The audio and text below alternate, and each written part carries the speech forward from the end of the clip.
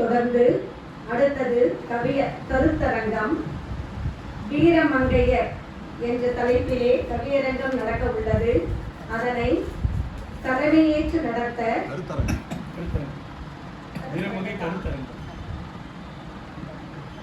கருத்தரங்கம் நடக்க உள்ளது. தலைப்பு வீரமங்கை. கவியரங்கை தொடர்ந்து கருத்தரங்கம் நடக்க உள்ளது. தலைப்பு வீரமங்கை. தலைமையேற்று நடத்த உமா சுப்பிரமணியன் அவர்களை அன்புடன் அழைக்கின்றோம்.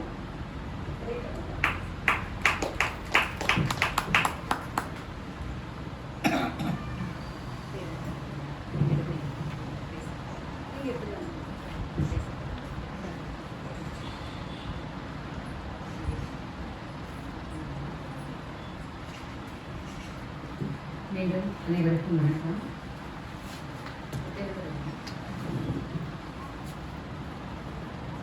மகளிர் தினத்தை முன்னிட்டு சாவித்ரிபாய் பூலே அவர்களை பற்றியும் மூவலூர் ராமாமிர்தம் அம்மையார் அவர்களை பற்றியும் இங்கே உரையாற்ற இருக்கிறார்கள். இந்த நிகழ்வில் தலைமை உரை என எனக்கு வாய்ப்பு வழங்கியமைக்கு தமிழர் சிந்தனை பேரவைக்கு நன்றியை தெரிவித்துக் கொள்கிறேன். இது மகளிர் தினம் மார்ச் 8 அப்படின்னு வரும்போது சர்வதேச மகளிர் தினம் அப்படிங்கிறது நம்ம எல்லாருக்கும் காலகாலமாக, அதாவது அது ஒரு நூற்றாண்டை கடந்து விட்ட ஒரு கொண்டாட்டமாக இருக்கிறது. இதை நம்ம சரியாக கொண்டாடுறோமா, ஒரு முழுமையான மகளிர் தினமா அப்படின்னா நம்ம கேள்விகள் எழுப்பணும் அப்படின்னா அதுக்கு வந்து நம்ம இல்லை என்று தான் சொல்ல வேண்டியது இருக்கும். ஏன்னா இன்னும் நம்ம வந்து சில உரிமைகளுக்காக போராடி கொண்டே இருக்கக்கூடிய ஒரு சூழல் வந்து நம்ம சமூகத்தில் பெண்களுக்கு இருக்கிறது. ஆனாலும் இந்த நிகழ்வை நம்ம கொண்டாடித்தான் தீர வேண்டும். ஏன்னா இந்த மகளிர் தினத்துடைய வரலாறு நம்ம ஓரளவு எல்லாருக்கும் தெரிஞ்சிருக்கோம். என்னன்னா வேலை செய்கிற நேரத்தின் அளவை குறைத்து வாங்கியிருக்காங்க. சம்பளத்தை உயர்த்தி வாங்குவதற்காகவும் வாக்குரிமை பெறுவதற்காகவும் இந்த 3 குறிக்கோளுக்காகவும் அமெரிக்காவில் நியூயார்க் நகரில் ஒரு மிகப்பெரிய பேரணி போராட்டம் நடந்தது. பெண்கள் ஆண்களும் கலந்து கொண்ட ஒரு போராட்டத்தின் வாயிலாக தான் நமக்கு இப்படி ஒரு அங்கீகாரம் எல்லாம் கிடைத்திருக்கிறது. அதனால நம்ம இதை வந்து ஒவ்வொரு வருடமும் மார்ச் மாதம் 8ஆம் தேதி என்றால் மறக்காமல் இதை எல்லாருமே கொண்டாடுறோம். இந்த கொண்டாட்டத்திற்கு முன்னெடுத்தவர்கள் வந்து எவ்வளவோ போராட்டங்களை எல்லாம் சந்திச்சிருக்கிறாங்க. ஏன்னா ஒருவருடைய போராட்டம் என்பதுதான் இந்த சமுதாயத்தில் களப்பணிக்கு வந்து பெண்கள் போராடுகிற போதுதான் வருகிற தலைமுறைக்கு பெண்கள் போராடினாலும் போராட வேண்டாம்னு சில சலுகைகளும் உரிமைகளும் நமக்கு கிடைப்பதற்கு காரணமாக அமைகிறது. அப்படிங்கும்போது நாம் இதை கொண்டாடி கொண்டே இருக்கிறோம். இந்த மார்ச் 8 மகளிர் தினத்தை நினைவுக்கு வரும்போதெல்லாம் எனக்கு ஹைபடியா என்கிற ஒரு அறிவு தேவதையின் நினைவும் எனக்கு சேர்ந்தாற்போல் வந்துவிடும். என்ன காரணம் அப்படின்னா, ஹைபடியா என்கிற அந்த அறிவு தேவதை கிரேக்க நாட்டு பெண். அவள் ஒரு மிகச்சிறந்த அறிவாளி, தத்துவ ஞானி, கணித மேதை, வானவியல் ஆய்வாளர்.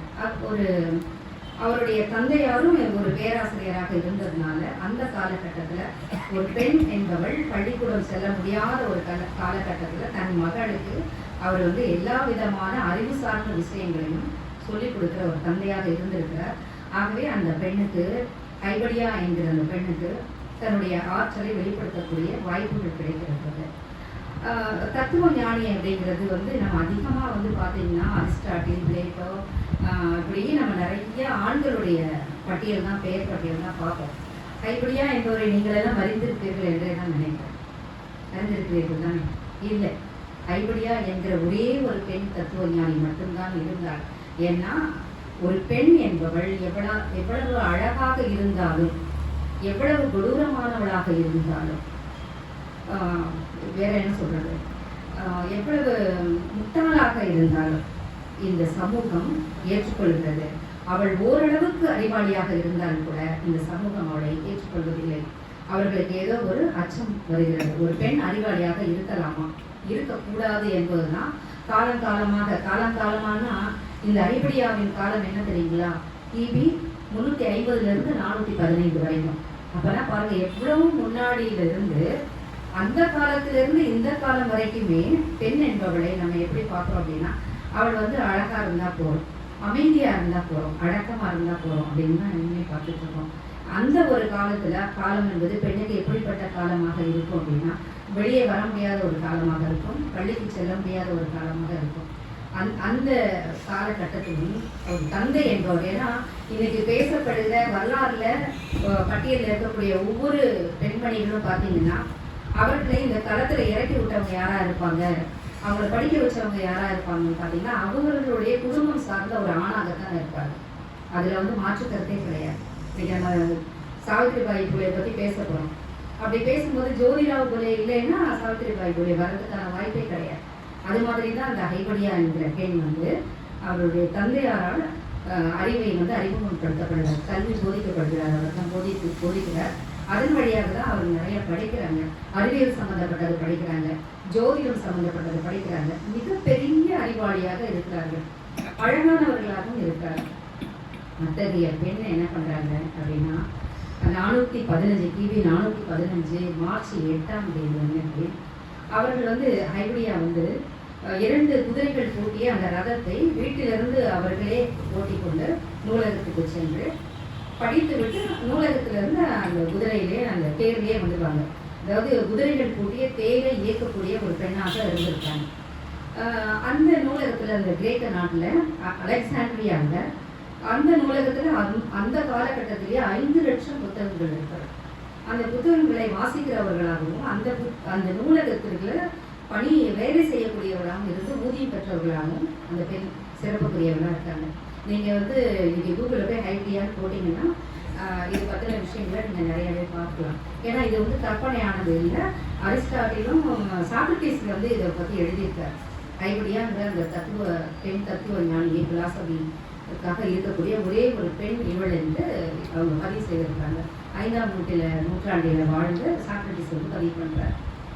என்ன நேருகிறது, இந்த பெண் வந்து வெறும் ஆண்கள் மட்டுமே படிக்கக்கூடியவர்கள், ஆண்கள் மட்டுமே அரசியலில் இருக்கக்கூடியவர்கள், ஆண்கள் மட்டுமே ஆற்றலை வெளிப்படுத்தக்கூடியவர்கள் என்று இருந்த காலகட்டத்தில் ஒரே ஒரு பெண் வெளிப்படுகிற போது அவளுக்கு என்ன நேர்கிறது, அந்த ஹைபடியாவுக்கு என்ன நேர்கிறது அப்படின்னு பார்த்தீங்கன்னா, பிஷப்பர் அந்த கிறிஸ்துவ மதத்தை சார்ந்த ஒருத்தர் வந்து என்ன சொல்கிறாருன்னா, ஒரு ஆட்களை ஏற்பாடு செய்து அந்த ஹைபடியாவை வந்து அந்த அறிவாளியை நம்ம அழித்து விட வேண்டும் அப்படின்னு முடிவு பண்ணுறாங்க. அப்படி அழிக்கப்பட்ட நாள் தான் மார்ச் 8ஆம் தேதி அன்னைக்கு நூலகத்திலிருந்து அவங்க வெளியில் வராங்க. அந்த 2 குதிரைகள் பூட்டிய தேரை ஓட்டி வந்து வீட்டுக்கு செல்வதற்காக அவங்க பயணப்படுகிற போது இந்த மதகுருக்களால் ஏவப்பட்ட ஆட்கள் இருக்காங்க, அடியாட்கள், இவர்கள்லாம் சேர்ந்து அந்த ஹைபடியாவையும் அந்த தேரிலிருந்து பிடிச்சி இழுக்கிறாங்க. நம்ம வந்து பெண்களுடைய குவில் ஆடையை அவிழ்ப்பதில் வந்து காலங்காலமாக இருக்கும். எத்தனையோ நூற்றாண்டு காலமாக வந்து ஆண் வந்து முதல்ல கையில் எடுக்கிற வேலை என்னன்னா இதாக தான் இருக்குது. அவளுடைய உடையை அவிழ்ப்பது, ஆடையை அவிழ்ப்பது இப்படி தான் இருக்குது. இது அங்கேருந்தே தொடங்குது, கிபியிலேருந்தே தொடங்கியிருக்குது. அப்போ முதல்ல ஹைபடியாவுடைய உடையை தான் எடுக்கிறாங்க. உடையை கிழித்து நாம் கேள்விப்பட்டணும். ஏன்னா ஏதாவது ஒன்று கிழிச்சு போடுனா ஒன்று பேப்பரை கிழிப்போம் அல்லது துணிகளை கிழிப்போம். ஆனால் எப்படி வந்து ஏவப்படுகிறார்கள் தெரியுமா, அவள் உடலை கிழி அப்படின்னு தான் ஏவப்படுறாங்க. சரி, அதை அப்படியே அவங்க செஞ்சு முடிக்கிறாங்க. உடலை கிழிக்கிறாங்க. உடல் கிழிப்படுறது உயிரோட ஒரு பெண்ணுடைய உடலை, ஒரு ஆணுடைய உடலை, யாரோட ஒரு உயிர், அதை வந்து உடலை கிழிக்கிற செயல் வந்து நடக்குதுன்னா அது மிகப்பெரிய உலகமாக வன் செய்கிறது, கொடுமையான ஒரு செயல் இல்லையா? ஆனால் இப்படி ஒரு கொடுமை வந்து உலகத்தில் எந்த பெண்ணுக்கும் நேர்ந்ததாக இன்று வரைக்கும் வரலாறு கிடையாது. ஹைபடியா என்பவள் எவ்வளவு அறிவார்ந்தவளாக இருந்தாலும் அவ்வளவுக்கு அவள் அந்த சமூகம் அவளை வந்து இப்படியான ஒரு வன் செயலை, கொடுமையை அவளுக்கு நிகழ்த்தி இருக்கிறது. ஆண் கூட்டம், ஒரு மதகுரு கூட்டமே ஓடுது அவங்க தேரில் போகும்போது. அந்த தேரிலிருந்து இழுத்து கீழே போட்டு அவர்களை வீதியில் வீசுகிறார்கள். அந்த பெண்ணை தூக்கி வீதியில் வீசுறாங்க. வீசினது பிறகு உடையை கிழிக்கிறாங்க. ஃபஸ்ட்டு உடை இல்லாமல் இருக்கிறாள் அவள். அதன் பிறகு என்னன்னா சதையை கிழிக்கிறாங்க. சதையை கிழிக்கிறாங்க. இந்த கூட்டமாக ஓடுன அந்த மதகுருமார்கள் எல்லாம் கையில் கல் வச்சுருக்காங்க, சிப்பி வச்சுருக்காங்க. அந்த சிப்பியை கொண்டும் கற்களை கொண்டும் அவருடைய தோளெல்லாம் சுரண்டப்பட்ட பிறகு சதைகளை வெட்டுறது கூட இல்லை, சதைகளை பிச்சு வீசணும். வெட்டுறதுன்னா கூட ஒரே வெட்டிடலாம் இது பண்ணலாம். சதைகளை பிக்கிறாங்க. அது பிச்சு சதைகளை வந்து வீதிகளில் ஒவ்வொரு பக்கமும் தூக்கி வீசுகிறாங்க. இதெல்லாம் பண்ணிட்டு கொஞ்சம் எலும்பும் சதையுமாக அந்த உடல் இருக்கு, உயிர் இருக்கு. இவ்வளவுக்கு அப்புறமும் அந்த உயிர் இருக்கு.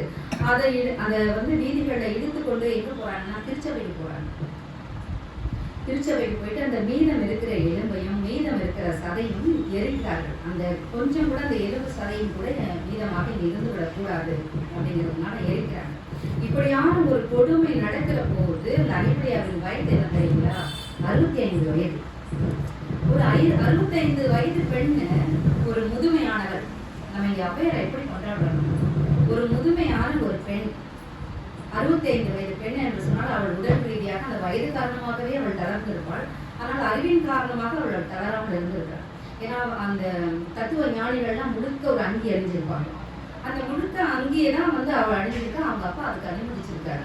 பெண்கள் போல உடை அணியாமல் அந்த தத்துவ ஞானிகள் எப்படி பெரிய மீசையும் தாடியும் வளர்க்கிறோ தாடி வளர்த்து கொண்டு உடல் முழுக்க மறைக்கிற ஒரு அங்கியை அணிந்திருப்பாங்க. அதே போல ஆணை போல உடை உடுத்துவதற்கு ஒரு தந்தையார் அவங்களுக்கு வந்து அந்த இதெல்லாம் வந்து உரிமைகளை வழங்கி இருக்கிறார். அவங்க அந்த உரிமையை எடுத்துட்டு இருக்காங்க. ஒரு மாணவன் வந்து அவங்க கிட்ட படிச்சு ஒரு மாணவன் தான் பிசப்பா வரார். எனக்கு இந்த பிசப்போட பேர் எனக்கு சைனேரியன் வரும்னு நினைக்கிறேன். நீங்க பார்த்துக்கலாம். அது எனக்கு டக்குன்னு அந்த பேர் ஞாபகம் வரல.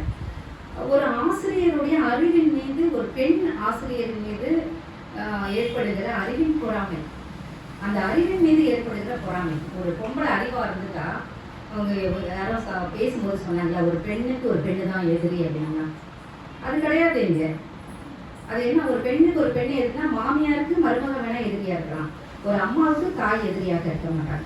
அந்த இடத்துக்கு வரும்போது ஓரளவுக்கு என் மக இப்படி இருப்பா, இப்படி படம் வரைவா, இப்படி பாடுவா, இப்படி ஆடுவான்னு பெருமை உண்டு. அது இன்னொரு இடத்துக்கு போகிற போது தான் அது எதிரியாக பார்க்க வேண்டிய ஒரு சூழல் வந்து உருவாகுது. ஏன்னா அங்கதான் ஒருத்தர் அடிமையாக வேண்டிய ஒரு கட்டாயம் ஏற்படுது. இப்போ இங்க வந்து ஆண்கள் மத்தியில தான் அடிப்படையாவின் அறிவு பொறாமைக்குரியதாகவும் அவர்களை இதோட அழித்து ஒழிக்க வேண்டும் அப்படிங்கிற ஒரு சூழலையும் ஏற்படுத்துறாங்க. அதனால இந்த மார்ச் மாதம் 8ஆம் தேதி மகளிர் தினத்தை கொண்டாடுகிற போதெல்லாம் எனக்கு மார்ச் மாதம் 8ஆம் தேதி தானே ஒரு அறிவு தேவதை அழிக்கப்பட்டார் அப்படிங்கிற நினைவு எனக்கு வரும். ஸோ அந்த அகைபடியாவை உங்களோடு பகிர்ந்து கொள்ள வேண்டும் என்று நினைச்சேன். அதனால இந்த தலைமை உரையில நான் அதை பயன்படுத்திக்கிட்டேன். நான் வந்து இப்போ உங்களோட பகிர்ந்து கொள்ள வேண்டியது என்னன்னா, சாவித்திரிபாய் பூரை பற்றியும் ராமாமிர்தம் அம்மாள் பற்றியும் ஓரிரு இதை நான் தொட்டு காட்டிவிட்டு அவர்கள் பேசுபவர்களுக்காக நான் வழிவிட்டு செல்ல வேண்டியதுதான் இன்று நான் நிகழ்த்த வேண்டிய உரை.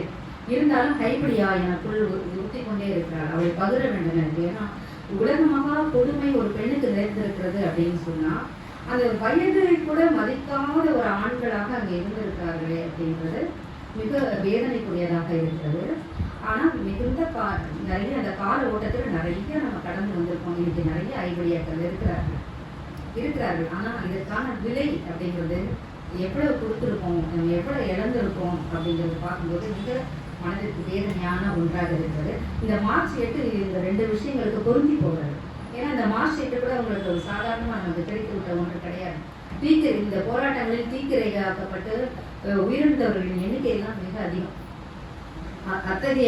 அத்தகைய ஒரு போராட்டங்கள் எல்லாம் கடந்துதான் இன்னைக்கு நம்ம இந்த மகளிர் தினத்தை கொண்டாடுகிறோம். இது வந்து இந்த கூட்டம் இன்னும் அதிகமாயிருக்கும். ஒவ்வொரு குடும்பமாக தன்னுடைய மகளோடும் மனைவியோடும் பெயர்த்திகளோடும் பேரன்களோடும் குடும்பமாக கொண்டாடுவதோடு மட்டுமல்லாமல் இதற்கான வரலாறுகளை நாம் தெரிந்து கொள்ள வேண்டிய அவசியமும் நமக்கு இருக்கிறது. அப்படிங்கிற ஒரு காரணத்தினாலே நான் உங்களோடு இருக்க ஐவடியாவை பற்றி பகிர்ந்து கொண்ட ஒரு நினைவு எனக்கு உள்ள சாவித்திரிபாய் பூலே 18ஆம் நூற்றாண்டு பெண்கள் அவர்கள். 18ஆம் நூற்றாண்டு காலத்தில் பெண்களுடைய வாழ்க்கை என்பது எப்படி இருந்தது என்பது நாம் எல்லோருக்குமே தெரிந்த ஒரு விஷயம்தான். சாவித்திரி அவர்களுக்கு வந்து 9 வயது நடக்கிற போதே திருமணம் நடந்து கொண்டிருக்கிறது. அவர் ஜோதிராவ் பூலே தான் அவங்களுடைய இணையம். சரி, திருமணம் செய்து கொண்டு வந்தால், ஒரு ஆண் திருமணம் செய்து கொண்டு வந்தால் ஒரு பெண்ணை வந்து வீட்டுக்குள் தான் வைத்திருப்பார்கள். உணவுக்காகவும் அவர்களுடைய தேவைகளுக்குமானதான் அந்த திருமணங்கள் நடக்கிறது. ஆனால் ஜோதிராவ் பூலே அவர்கள் என்ன செய்தார்கள் என்றால், 9 வயது மனைவிக்கு கல்வியை அறிமுகப்படுத்துகிறார். அவர் தான் கற்றுக் கொடுக்கிறார். அவர் தான் முதல் ஆசிரியராக இருக்கிறார். அவர் கற்றுத்தருவதும் இவங்க கற்றுக்கொள்வதும் மிக சுலபமாக அமைகிறது. 2வது மனைவிக்கு தான் கற்றுக் கொடுத்துட்டோமே, அதோட அவர் நிற்கலை. அவர்கள் வாயிலாக, சாவித்திரியின் வாயிலாக கல்வி என்பதை ஒவ்வொரு பெண்ணுக்கும் கடத்த வேண்டும், ஒவ்வொரு பெண்ணுக்கும் கொடுக்க வேண்டும் என்று அவர் நினைக்கிறார். அதற்கான ஏற்பாடுகளை செய்கிற போதுதான் அவர்கள் சாவித்திரிபாய் அவர்கள் ஒவ்வொரு பெண்களையும் சந்தித்து அவர்களுக்கு அந்த எழுத்தை அறிவிக்கிறாங்க. படிப்புங்கிற ஒரு விஷயம் வந்து பரவலாக பெண்கள் மத்தியில் போய் சேருது. அதை வந்து மிகப்பெரிய சமூக குற்றமாக பார்க்கப்பட்ட காலம் அது. ஒரு பெண் என்பவள் எழுதுவதா, ஏட்டை தொடக்கூடாது அப்படிங்கிற ஒரு காலகட்டம் அப்படிங்கிறது 18ஆம் நூற்றாண்டில் பரவலாக நம்ம சமூகத்தில் இருந்த ஒரு விஷயம் அது. எல்லாருமே அதை கடந்து வெளியில் வர்றதுக்கு மிகுந்த போராட்டங்களை சந்திச்சிருப்பாங்க. இப்போ சாவித்திரிபாய் பூலே அவர்கள் அப்படி தான் பண்ணுறாங்க. முதல் பள்ளிக்கூடம் அவங்க தான் தொடங்கியிருக்கிறாங்க. அப்போ ஒரு இடத்துல இருந்து இன்னொரு இடத்துல போயிட்டு ஒரு 2 பெண்கள் 3 பெண்களை சேர்த்து சொல்லிக் கொடுக்க போகும்போது பார்த்தீங்கன்னா அவங்களுக்கு அவ்வளவு இடையூறுகளை அந்த சமூக மக்கள் ஏற்படுத்தி கொடுக்குறாங்க. போகிற வழியில் வந்து சாவித்திரிபாய் போனாலே என்ன செய்கிறாங்க, ஏதோ ஒரு தீவிரவாதி போகிற மாதிரி, வன்முறையாளர் போகிற மாதிரி கற்களை கொண்டு அடிக்கிறாங்க, சாணத்தை எடுத்து மேலே வீசுகிறாங்க, மரத்தை அடி அவர்கள் மேலே வீசுகிறார்கள். அதெல்லாம் அவங்க உடம்புல மேலே பூசிக்கொண்டு தான் அந்த பெண்களுக்கு பாடம் கற்றுக் கொடுக்கலாம் அப்படிங்கிற இடத்துக்கு போகிறாங்க. அப்படி போயிட்டு வரும்போது தன் இணையர்கிட்ட பகிர்ந்துக்கிறாங்க, இந்த மாதிரி நான் போகிற வழியில் எனக்கு இது மாதிரியான தாக்குதல்கள்லாம் நடக்குது அப்படின்னு சொல்லி இணையர்கிட்ட சொல்லும்போது, இப்போ ஒரு அவர் வந்து சமூக கண்ணோட்டம் இல்லாத ஒரு இணையர் தான் என்ன சொல்லுவார், சரி விட்டு உனக்கு இவ்வளோ பிரச்சனை இருக்குது, நீயும் பாதுகாக்கப்பட வேண்டியவன் தான், அதனால் போதும் 2-3 பேருக்கு வந்து பாடம் சொல்லி கொடுத்ததுன்னா போதும், வீட்டில் இதை பார்த்துக்கலாம் அப்படின்ட்டுலாம் சொல்லுவாங்க. நான் ஜோதிரா பூலே அவர்கள் அப்படி சொல்லவில்லை. நீ பாடம் கற்றுக் கொடுக்குறது புத்தகங்கள் எடுத்துக்கொண்டு போகிற அந்த கையில் இன்னொரு உடையை நீ உள்ளே எடுத்து வச்சுட்டு போ, இன்னொரு புடவையை உள்ளே எடுத்து வச்சுட்டு போ. அதனால் போகும்போது தானே உன் மேலே வந்து சாணத்தையும் மலத்தையும் வீசுகிறாங்க, நீ அங்கே போய் வேறு உடையை கட்டிக்கிட்டு நீ அந்த பாடத்தை நடத்து, கல்வியை அவர்களுக்கு போதித்து விட்டு வா அப்படின்னு சொல்லி தான் அவர் இளைஞர் வந்து விடாமல் அவங்கள வச்சு அவங்க வந்து நடத்துகிறார், இயக்குகிறார். சோர்ந்து போயிடாமல் அவங்களுக்கு எப்படியெல்லாம் ஊக்கம் தரணும் அப்படிங்கிற ஒரு வகையில் ஜோதிரா பூலே அவர்கள் மட்டும் இல்லை அப்படின்னு சொன்னால் அந்த கல்வி பெண்களுக்கான அந்த கல்வி என்கிற அந்த திறப்பு கிடைக்கிறதுக்கு இன்னும் சில நூற்றாண்டுகள் கூட நம்ம வந்துக்கலாம். ஏன்னா முதல் பள்ளிக்கூடம் அது மட்டும், 2வது பாடம் நடத்துகிறோம் அப்படிங்கிறதோட கல்வியை அறிமுகப்படுத்துகிறோம் அப்படிங்கிறதோட நிறுத்தியில் இருந்தோமா. அந்த காலகட்டத்தில் பெண்களுக்கான அடக்குமுறை என்ன, பெண்கள் மீது சுமத்தப்பட்டிருக்கக்கூடிய அந்த சமூகம் சார்ந்த கட்டமைப்பு என்ன, அதெல்லாம் பார்க்குறாங்க. பாலிய விவாதம் பார்க்குறாங்க, வந்து சடங்குகள் சம்பிரதாயங்கள் மூலம் முடக்கப்படுறது பார்க்குறாங்க, விதைகள் படுகிற துயரங்களை பார்க்குறாங்க. இப்படி வரிசையாக முதல்ல படிப்பு, ஏன்னா படிப்புன்னு ஒன்று வரும்போது கல்வி அறிவுன்னு ஒன்று உள்ளே வந்துட்ட உடனே வாசிக்க நம்மை சூழ்ந்த இந்த சமூகத்துக்குள்ள மக்கள் நம்ம மேலே என்னன்னா திணித்து கொண்டே வருகிறார்கள். நம்ம எதில் இருந்தெல்லாம் வெளியேறணும், எதெல்லாம் நமக்கு உரிமையாக கிடைக்கணும், எதை எதிர்த்து நம்ம போராடணும், எதற்காக நம்ம வந்து போராடணும், உரிமைகள் நமக்கு என்னென்ன அப்படிங்கிற சிந்தனை வந்து இயல்பாகவே வந்துவிடும். அதுதான் கல்வி தருகிற மிகப்பெரிய திறப்பு அப்படின்னு நம்ம சொல்லுவோம். ஏன்னா அவங்க வந்து வெறும் ஒரு டீச்சராக ஒரு ஆசிரியராக மட்டும் இல்லாமல் ஒரு படைப்பாளியாகவும் மாறுகிறார்கள். ஏன்னா அவங்க காலத்தில் நிறைய பெண்களை சந்திக்கிறாங்க, வரவேற்பையும் சந்திக்கிறாங்க, எதிர்ப்பையும் சந்திக்கிறாங்க. அப்படிங்கும்போது அவங்க ஒரு படைப்பாளியாகவும் இயல்பாகவே உருவாகிறார்கள். அவங்க ஒரு கவிஞராகவும் இருக்கிறாங்க. புறப்படு கற்றிடு அப்படிங்கிற அவங்களுடைய கவிதை மிகப்பெரிய விழிப்புணர்வை அந்த மக்கள் மத்தியில் ஏற்படுத்துது. இப்படியாக வந்து சாவித்திரிபாய் பூலே வந்து தொடர்ந்து அந்த சமூகத்திற்கு இணையரோடு இணைந்து அந்த பெண்களுக்கான அந்த கல்வி அப்படிங்கிறத தொடங்கி மற்ற இன்னல்கள்ல இருந்தெல்லாம் கூட அவங்க விடுபடுறதுக்கு நம்ம என்னெல்லாம் பண்ணணும் அப்படிங்கிறதெல்லாம் அவங்க யோசிச்சு செய்யும்போது அந்த இன்னைக்கு நம்ம படிச்சிருக்கோம், இன்னைக்கு ஒரு நிலைப்பாட்டுக்கு பெண்கள் வந்திருக்காங்க, ஓரளவு வந்திருக்கோம். இன்னைக்கு இன்னும் நமக்கு இருந்தாலும் கூட 18-19 நூற்றாண்டெல்லாம் நம்ம பார்க்கும்போது இன்னைக்கு ஓரளவு நல்லாவே வந்திருக்கோம். ஒரு இடத்துல வந்து பேசுகிறோம், படிக்கிறோம், நம்மளுடைய உரிமைகளை சொல்கிறோம்.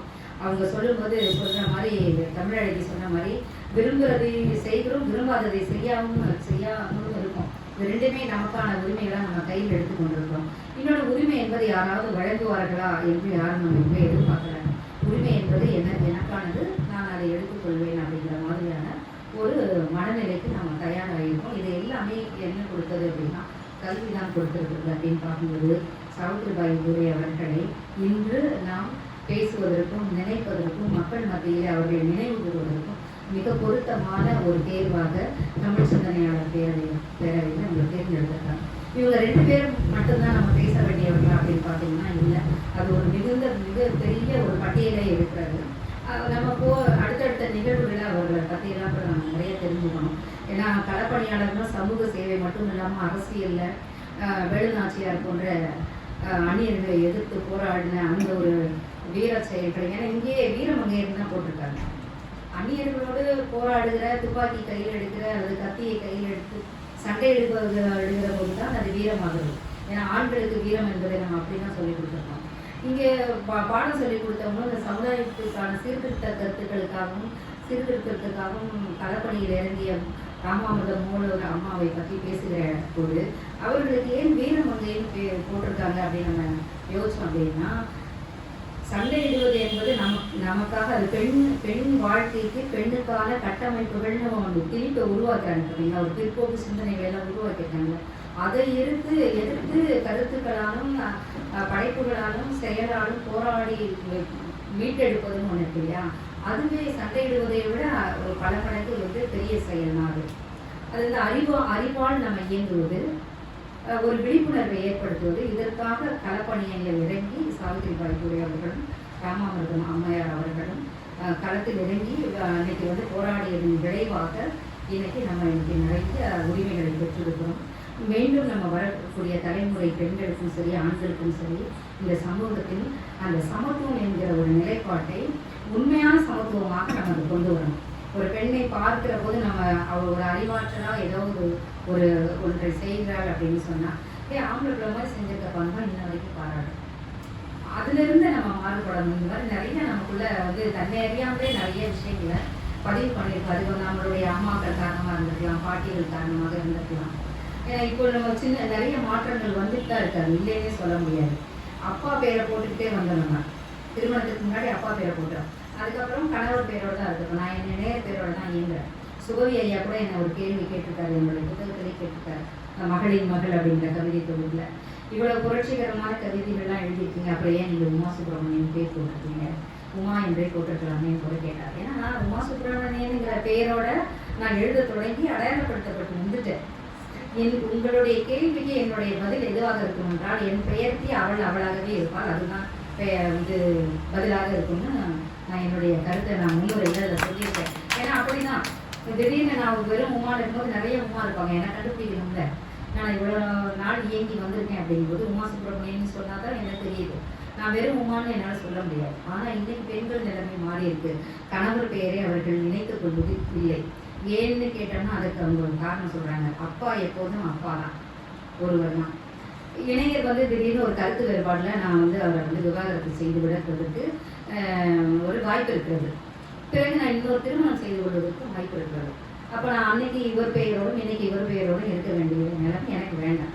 ஸோ நான் அப்பா பேரோட அப்பா இருந்து இப்போ நான் என் பேரோட இருக்கிறேன் அப்படிங்கிற அளவுக்கு சிந்திக்கிற, அதை வாழ்க்கையில் செயல்படுத்துகிற ஒரு இடத்துக்கு பெண்ணுக்கு இன்னைக்கு வந்திருக்காங்க அப்படின்னா அதற்காக முன்னெடுத்த போராடிய பெண்கள் நிறையா இருக்கிறாங்க. அடுத்தடுத்த நிகழ்வுகளில் கூட நம்ம ஒவ்வொரு பெண்களை பற்றி நாம் தெரிந்து கொள்ள வேண்டியது கூட மிகுந்த அவசியமான ஒன்று தான். ஏன்னா நம்ம வேர்களை பற்றி தெரிந்து கொள்ள வேண்டும். அப்படி பார்க்கும்போது சாவித்திரிபாய் பூலே அவர்களை பற்றி தெரிந்து கொள்ளும் போது ஒவ்வொரு விஷயங்களும் ஆச்சரியமாக இருக்கிறது. ஏன் அவ்வளோ மெனக்கடணும் அவங்க? எல்லாரையும் படிக்க வைக்கணும்னு அவங்களுக்கு என்ன அவசியம் இருக்குது அப்படின்னா, இந்த சமூகம் சார்ந்து ஏதோ ஒன்றை நம்ம வந்து செய்துவிட்டு போக வேண்டும் அப்படிங்கிற ஒரு கொள்கையை வந்து அவங்க வந்து இணையர்கள் 2 பேருக்குள்ளேயும் இருந்ததுனால 2 பேருமே சேர்ந்து ஒரு சோர்வு, மனச்சோர்வுன்னு கடைசி வரைக்கும் அவங்களுக்கு வரவே இல்லை. அப்படியான ஒரு கல்வி வெளிச்சத்தை நம்ம இந்த சமூகத்தில் அவங்க ஏற்படுத்திட்டு போயிருக்காங்க. ஸோ இந்த நல்லதொரு வாய்ப்பில் ஹைபிரியா பற்றி உங்களோடு பகிர்ந்து கொண்டதற்கும் சாவித்திரிபாய் பூலே பற்றி உங்களோடு பகிர்ந்து கொண்டதற்கும் வாய்ப்பளித்தவனுக்கு இந்த நன்றி. வணக்கம்.